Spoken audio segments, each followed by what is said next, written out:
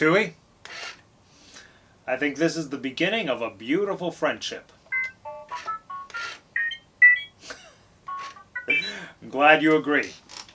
Here's looking at you, droid.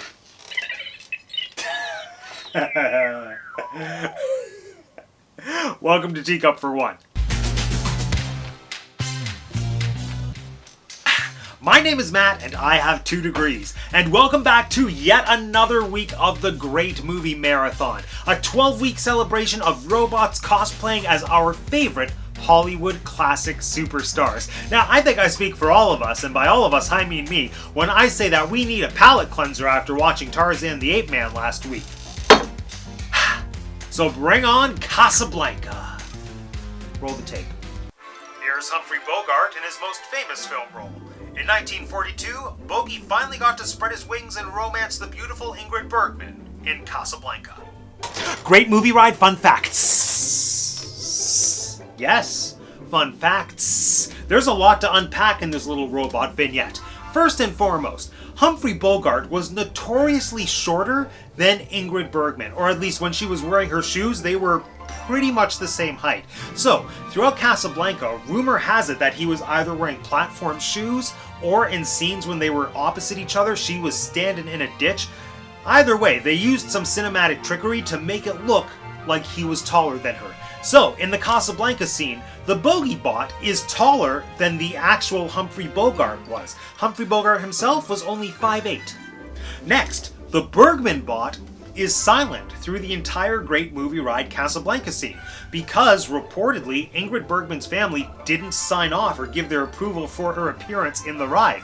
So, they just have a random robot who, coincidentally, I guess, kind of looks like Ingrid Bergman. Did I do that right? There it is. And finally, the plane. The plane used in the Casablanca scene in the Great Movie Ride was the same plane that was used on screen in the actual film Casablanca. Just kidding. That is a very popular rumor that has since been debunked. Although, there have been very compelling arguments made to make that rumor rebunked. So I don't know. Maybe it's the plane from Casablanca, maybe it's not. Maybe they had a plane when they shot Casablanca. Maybe it was a cardboard cutout. I don't know. What I do know is that whatever plane it was that was in the Great Movie Ride was cut in half, and the back half was sent to the Jungle Cruise at Magic Kingdom. So that's fun. Alrighty friends, we are in the final stretch of the Great Movie Marathon, and I really believe that Disney saved some of the greatest films for last. This movie is an indisputable classic, but it's one of those classic movies that absolutely lives up to the hype. You know, this movie won Best Picture at the Oscars, but its legacy has continued decades later. It was named by the American Film Institute as the #1 most romantic American film of all time. The AFI also named it as the 2nd greatest American film, just ever. The Writers Guild of America named it as the best screenplay of all time. This movie gets so much well-deserved praise because of the screenplay. And, I mean, can you blame them? This movie has some of the most iconic lines in cinema history. Here's looking at you, kid. Play it, Sam. Play as time goes by. Here's looking at you, kid. Louie, I think this is the start of a beautiful friendship. Here's looking at you, kid. Yeah, he says that line like 4 times in the movie. What does it even mean? She's not a kid, she's a grown woman. Respect her. And the irony here is that reportedly everybody thought the movie was going to fail because of the script. Now, Casablanca is based on a play called Everybody Comes to Rick's, but even though the screenwriters had source material to work with, they were famously writing and rewriting the movie pretty much day by day as it was being shot, to the point where they didn't know if at the end Ilsa was going to end up with Rick or with Victor. And a lot of that had to do with the infamous Hays Code. So I covered the Hays Code in decent detail during the Public Enemy episode, so if you didn't check that out, I highly recommend you give it a watch for context. Link. But to summarize it, The Hays Code was an extremely strict code of conduct that censored pretty well everything that was produced in Hollywood from the 1930s through to the 1960s. Have you ever noticed that all of the classic Hollywood films are either rated G or PG by today's standards? Now, that's not because people were more conservative back then. It is because the Hays Code ensured that everything coming out of Hollywood adhered to strict Sunday school values. And some of the regulations set out by the Hays Code made sense and no doubt influenced the rating systems that we still have today. But then there were other regulations that were a bit extreme, or problematic, or extremely problematic. Namely, the code controlled what kind of characters were allowed to be portrayed as being in a relationship on screen. And spoiler alert, the only characters that the Hays Code would really allow to be in relationships on screen were straight, Caucasian, and married couples. Happily married couples. Yeah.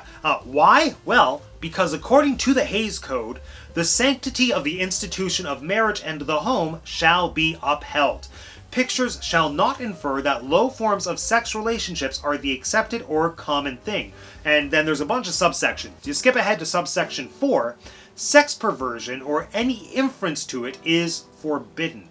Now, sex perversion, that's one of those things that's just vague enough that they could kind of apply it to anything they wanted, but there is an unspoken understanding in Hollywood that sexual perversion was in reference to LGBT characters. So that's why you really have little to no LGBT representation in classic Hollywood films, unless it's a stereotype played for laughs. But wait, there's more. Okay, Section 6. Miscegenation is forbidden. Look, that's it. Like, that is literally the clause. Like, they weren't even trying to be vague or to skirt around it with that one. They're just laying it all out on the table and saying, portraying interracial relationships in a movie, against the rules. Forbidden. There are so many ridiculous stories about this rule being enacted as a means of affecting casting practices in Hollywood. One of the ones that jumps to mind is the case of Showboat from the 1950s. Now, Showboat, to my knowledge, is one of the only films from the Hays Code era that actually portrays an interracial couple. And that's because that couple is so strongly embedded into the story of Showboat that you can't make the Showboat movie without it. And Showboat was such a popular property that there was no way they weren't gonna make the Showboat movie. But when it came time to cast the role of Julie, the mixed race character who causes such a big stir in Showboat, they could have had Lena Horne. Lena Horne was a beautifully talented African-American actress and singer who had played Julie in a Showboat excerpt and sang Can't Help Lovin' That Man of Mine, and without getting too deep into it, if there was ever an instance of perfect casting in Hollywood, it was Lena Horne as Julie. But instead the production went with Ava Gardner as Julie, also a wonderful actress, but she didn't even do her own singing. She was dubbed. And why did they pick her over Lena Horne? Because she was white. Because this is the thing about the miscegenation clause. It wasn't just about the story being portrayed. This clause wanted to ensure that in real life, two actors of different races weren't being made to intermingle on screen as a couple. If you want an even crazier example, look at the 1937 film The Good Earth. This was a movie about a Chinese family in China, and Anna May Wong, debatably the biggest Chinese American actor at the time, was turned down for the lead female role because her husband was set to be played by Caucasian actor Paul Muni.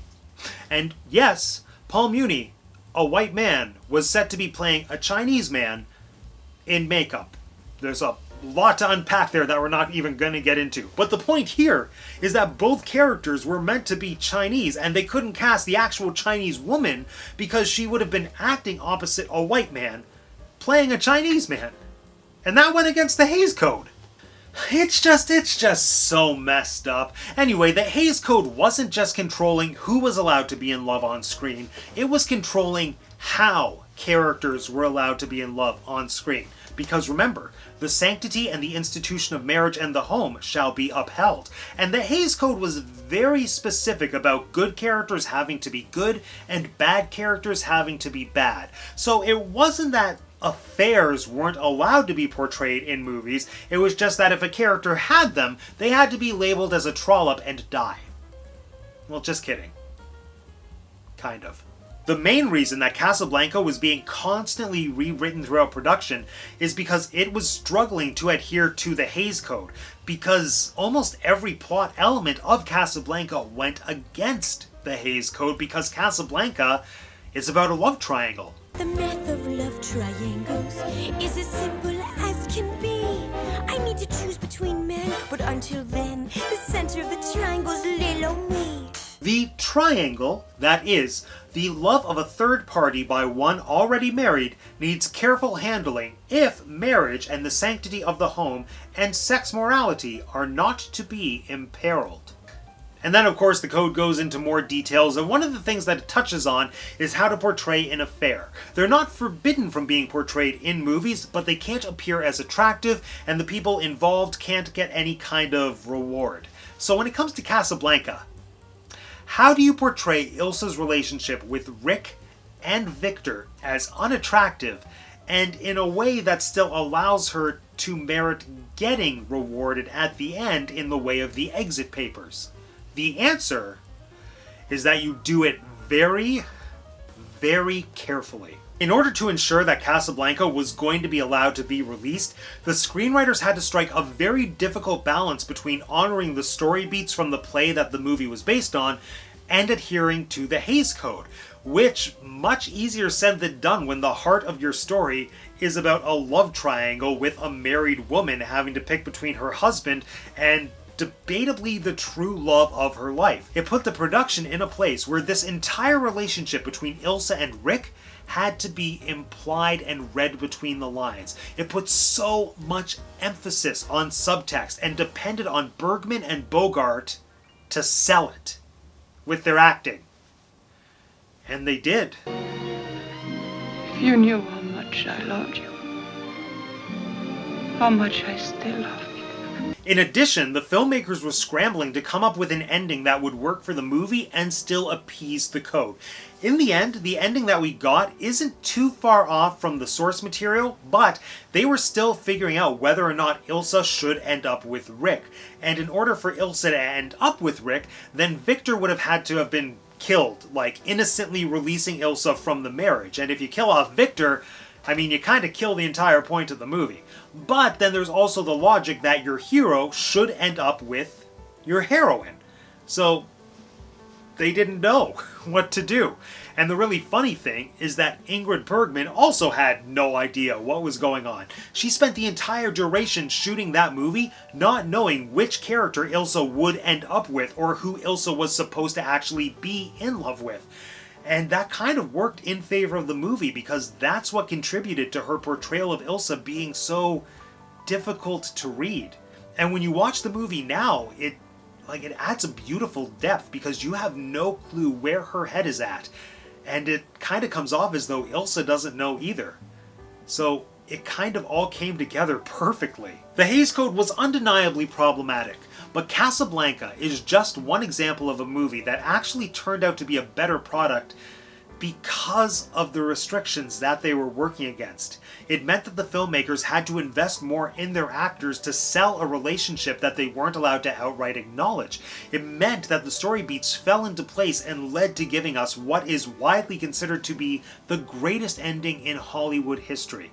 Speaking of endings, this concludes yet another episode of Teacup for One. Now let me know in the comment section down below, do you think Ilsa should have ended up with Rick or Victor? And if you want to follow me for the rest of the Great Movie Marathon, or if you just want to know when I post new videos about Disney, Shakespeare, Funko Pops, and sometimes cats, make sure you subscribe to the channel if you haven't subscribed already. If you haven't subscribed already, it is super easy. All you have to do is click on my face.